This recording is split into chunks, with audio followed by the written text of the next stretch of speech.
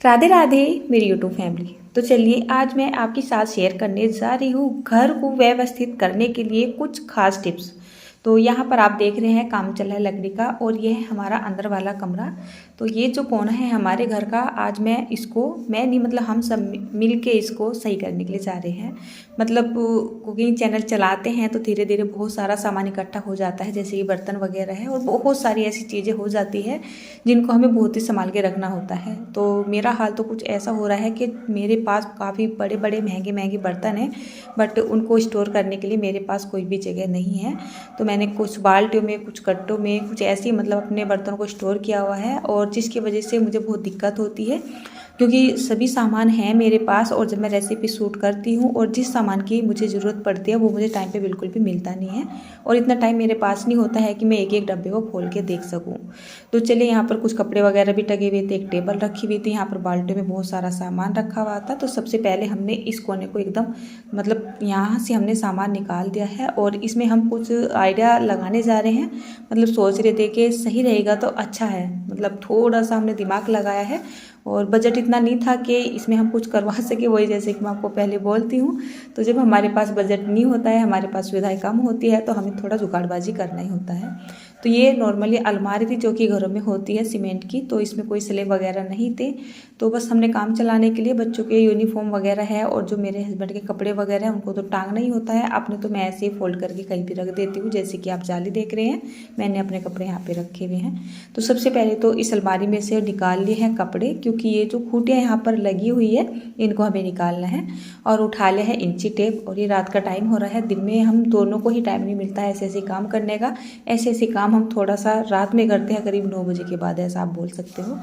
तो हमने खाना वाना सब कुछ खा लिया था, बर्तन वगैरह हमने साफ़ कर लिए थे। और यहाँ पर हम ये बोर्ड लेके आए थे दिन में, तो ये बहुत ज़्यादा महंगा बोर्ड नहीं है, करीब 700 रुपये का बोर्ड आ चुका था। और ये था करीब 4 फुट की इसकी चौड़ाई थी और करीब 7 से 8 फुट की इसकी ऊंचाई थी। तो इसमें से हमें क्या है ना, मतलब ये पीस निकालने थे जो कि एक स्लेब का काम करेंगे। और यहाँ पर कुछ औजार भी लेके आ गए थे, मतलब ये तो नॉर्मली से घर में होते हैं। और सबसे पहले तो क्या कर रहे थे, आरी से इनको काट के देख रहे थे कि आरी से कंफर्टेबल रहेगा तो आरी से ही कट कर लेंगे। वैसे ग्लैंडर भी यहाँ पे रखा हुआ है, लेकिन जब हम इनको आरी से काटने लगे तो कट तो सही रहा था, बट इसमें बहुत ही ज़्यादा टाइम लग रहा था और हमें सोना भी था। मतलब बहुत ज़्यादा थकान सी हो रही थी, दिन भर लगे लगे ये टाइम आ चुका था।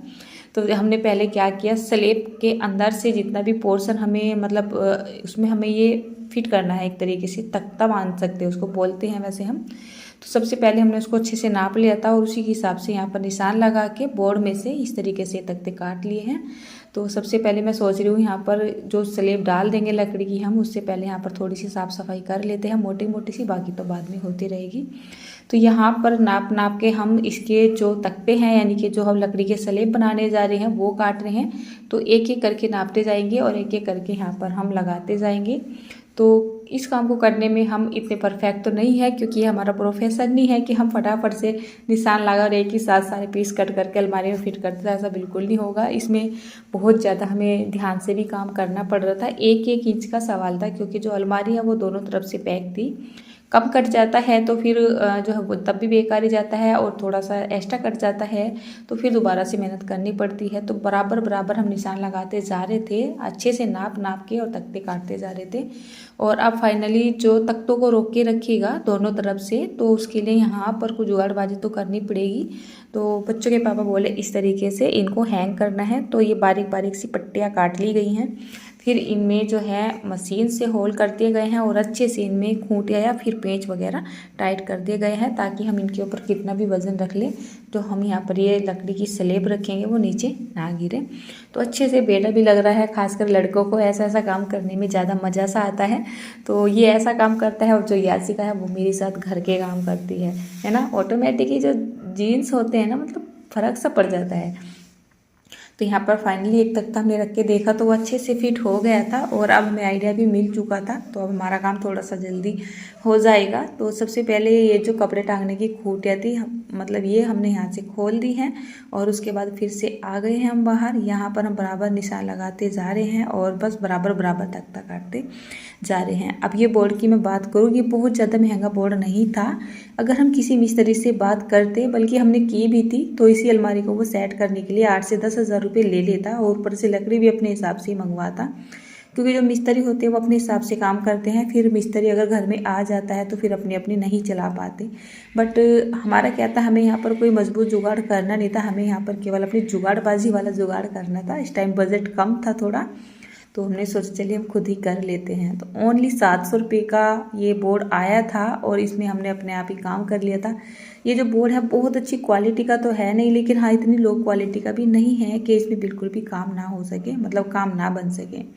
तो देखिए कितनी धूल और मिट्टी सी उड़ रही है। इस मशीन से इसमें होल किए जा रहे हैं निशान लगा लगा के। फिर यहाँ पर एक सपोर्ट के लिए लकड़ी लगा दी जाती है और उसमें अच्छे से पेच वगैरह टाइट कर दिए जाते हैं और उसके बाद यहाँ पर तख्ता रख दिया जाता है। तो आप में से बहुत सारे मेरे जैसे होंगे, बहुत सारे ऐसे भी होंगे जिनका ऐसा भी बजट नहीं है, मतलब जैसा कि मेरा है मान लेते हैं, और बहुत सारे मुझसे तो ऊपर ही होंगे। लगभग में मैं बोल सकती हूँ 70 to 80% हो सकते हैं। मतलब लगभग में ये छोटी छोटी सुविधाएं अब सभी के घरों में होती है, लेकिन ज़रूरी भी नहीं है। हालांकि कोई कमी भी नहीं है मेरे घर में, लेकिन ये जो काम हम कर रहे हैं इस टाइम, इस काम को ना करवाने का एक और बड़ा रीज़न भी है जो कि मैं यहाँ पर शो नहीं कर सकती हूँ, बता सकती हूँ आपके सामने। उसका एक बहुत बड़ा रीज़न है। तो मैं सोचती हूँ कि हम जहाँ पे रहते हैं, जो भी कुछ हमारे पास होता है उसी को थोड़ा सा एडजस्ट करके चले, जुगाड़बाजी करके बस अपना काम सही तरीके से चलता रहे, ऐसा कुछ होना चाहिए। तो बस ऐसा ही है।